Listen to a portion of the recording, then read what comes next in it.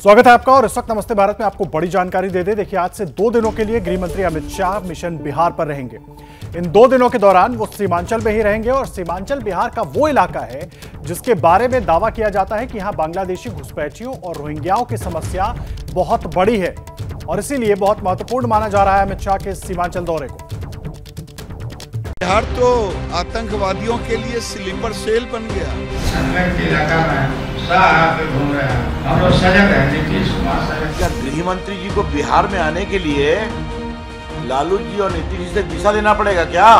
आने का तो यही मकसद है ना, जो समाज में जहर घोला है। अमित शाह के दौरे से पहले ही सियासी जमात के इन तल्ख बयानों से अंदाजा हो गया कि सीमांचल फैक्टर क्या है और शाह के इस दौरे के क्या मायने।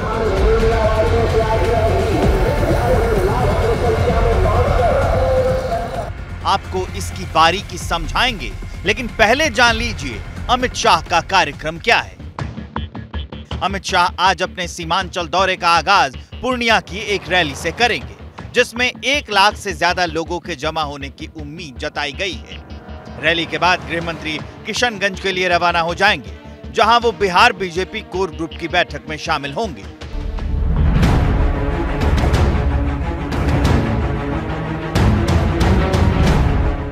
लेकिन शाह के इस दौरे पर बिहार का सियासी पारा हाई है।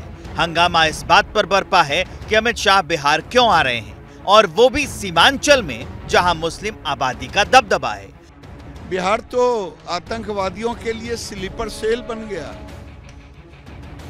अगर स्लीपर सेल नहीं होता तो पूर्वांचल के, जिसे सीमांचल भी लोग कहते हैं, स्कूलों में मजहबी छुट्टी क्यों होती? आने का तो यही मकसद है ना, जो समाज में जहर घोला है, एक दूसरे में झंझट पैदा करना है, बेकार की बातें करनी है, भूल जुलूल बात करेंगे। आरजेडी सुप्रीमो लालू प्रसाद यादव पहले ही अपनी पार्टी और कार्यकर्ताओं को आगाह कर चुके हैं, जिस पर बीजेपी ने भी पलटवार करने में देरी नहीं की। सीमांचल बिहार का वो इलाका है जो नेपाल, पश्चिम बंगाल और झारखंड से सटा हुआ है। इस सीमांचल में बिहार के 4 जिले आते हैं: पूर्णिया, किशनगंज, अररिया और कटिहार। पूरे सीमांचल में मुस्लिम आबादी करीब 46% है। इनमें किशनगंज 68%, कटिहार में 44%, अररिया में 43% और पूर्णिया में 38% मुस्लिम आबादी है। यही वजह है कि बीजेपी को इस इलाके में पटखनी मिलती रही है। इसलिए राजनीतिक पंडितों का मानना है कि अमित शाह ने साल 2024 के चुनाव का बिगुल फूंकने के लिए इस इलाके को चुना। देखिए, अमित शाह के इस दौरे से पहले इस पर जानकारी देने के लिए हमारे साथ हमारे 2 सहयोगी जुड़ गए हैं। किशनगंज से अभिषेक उपाध्याय और पूर्णिया से नीरज पांडे। पूर्णिया में अमित शाह जनसभा भी करने वाले हैं। नीरज, सबसे पहले ये बताइए कि इस दौरे को लेकर इतनी खलबली क्यों मची हुई है, मायने कैसे समझे, बीजेपी संदेश क्या देना चाह रही है?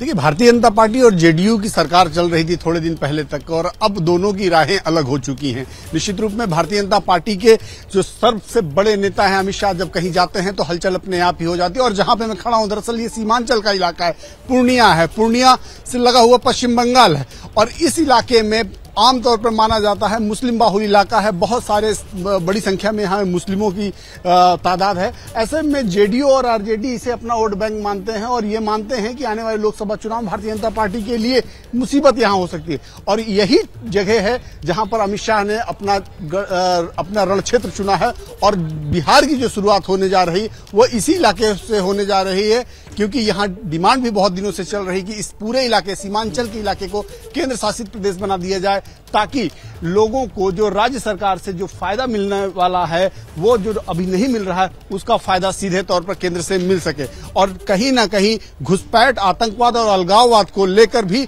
एक बड़ा मुद्दा है जो अमित शाह बार बार मंचों से उठाते रहे हैं और इस इलाके में उसकी बानगी देखी जा सकती है। हमारे सहयोगी अभिषेक उपाध्याय ने कल एक स्पेशल रिपोर्ट भी इसमें पेश की, जिस पर वो देखा गया कि लोगों में इस बात का दर्द है कि जिस इलाके में उनका रहना चाहिए, जो फायदा उन्हें मिलना चाहिए, उसका फायदा यहाँ घुसपैठ और अलगाववादी लोगों को मिलता है। और यही कारण है कि कल जब पीएफआई के पीएफआई पर छापेमारी हुई ईडी और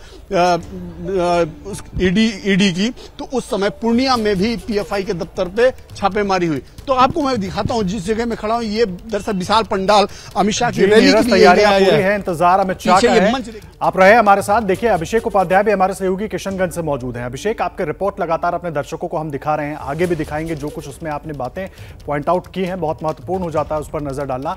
लेकिन बड़ा सवाल यह है कि आखिर अमित शाह के इस दौरे को लेकर इतनी खलबली क्यों मची हुई है? क्यों अलग अलग तरह के बयान दिए जा रहे हैं कि अमित शाह या बीजेपी की जो सरकार है वो कोशिश कर रही है यूटी में तब्दील करने की सीमांचल को, और एक तरीके से खासकर आरजेडी की बात करें तो ये कहा जा रहा है माहौल खराब करने की कोशिश हो रही है। बिल्कुल ये सारी बातें हो रही हैं, और ये बातें इसलिए हो रही हैं क्योंकि सीमांचल का जो पूरा जो उसका महत्व है, जो उसकी लोकेशन है, वो बहुत महत्वपूर्ण हो जाती है। सीमांचल में जो 4 ज़िले आते हैं जिनका अभी नीरज जिक्र कर रहे थे, इसके साथ में बंगाल का जो इलाका सटा हुआ है, आप अलीपुरद्वार की बात करें, उत्तरी दिनाजपुर की बात करें, कूच बिहार की बात करें, दार्जिलिंग की बात करें, वहाँ से लेकर के शुरुआत होती है। और ये जो सीमांचल के इलाके हैं, तो सीमांचल के अलावा और जो बंगाल का इलाका, ये सब मिला करके ये कहा जा रहा है कि ये बहुत बड़ा एंट्री गेट बन चुका है। ये एंट्री गेट रोहिंग्याओं का है, ये एंट्री गेट अवैध बांग्लादेशियों का है, और ये एंट्री गेट नेपाल और बांग्लादेश का बॉर्डर है, तो वहां से जो फ्लो आता है ये उनका एंट्री गेट बन चुका है। तो इसीलिए राजनीति यहां से गरमा रही है। बीजेपी को लगता है कि ये सारे जो मुद्दे हैं, ये मुद्दे 2 राज्यों को एक साथ पकड़ते हैं, एक बंगाल को और दूसरा बिहार को, और ये 2024 के लिए बीजेपी के लिए बड़ा स्टेक पॉइंट है, और इसीलिए आरजेडी और जेडीयू की प्रतिक्रियाएं भी सामने आ रही हैं। जी अभिषेक, बहुत धन्यवाद आपका। और नीरज, आपका लगातार नजर बना करके अपडेट लेते रहेंगे। देखिए, ग्राउंड जीरो से हमारे दोनों सहयोगी आपको जानकारी दे रहे थे, और ग्राउंड जीरो से ही हमारे सहयोगी अभिषेक उपाध्याय ने सीमांचल के किशनगंज से एक रिपोर्ट भेजी है जिसमें घुसपैठ के जिंदा सबूत हैं। आपको वो दिखाते हैं।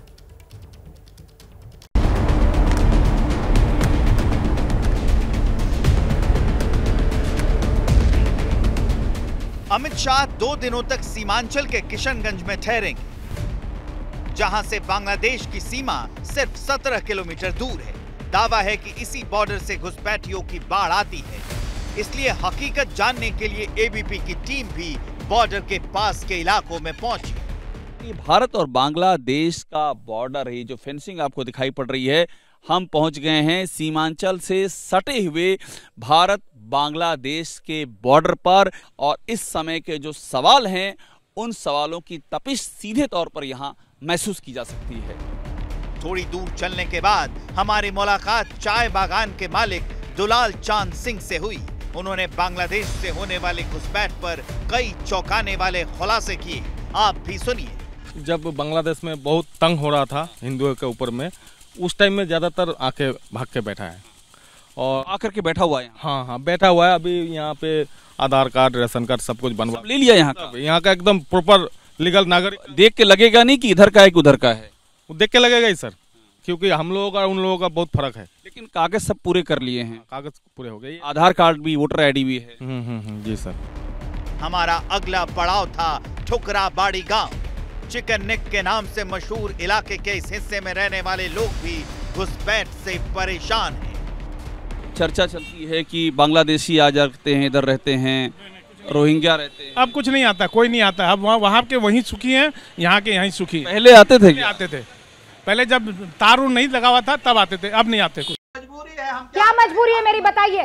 मैं अभी आपको बताती हूँ कि मैंने ओए होए होए होए नमकीन के चटकारे लेते हुए टकटकी मार के डिबेट शो को पॉज रिपीट कर कर के देख रहे हैं जोगिंदर जी। इनकी तरह आप भी देखें अपनी फेवरेट डिबेट्स को रिपीट कर, और डाउनलोड कीजिए एबीपी लाइव ऐप अपने स्मार्ट टीवी पर।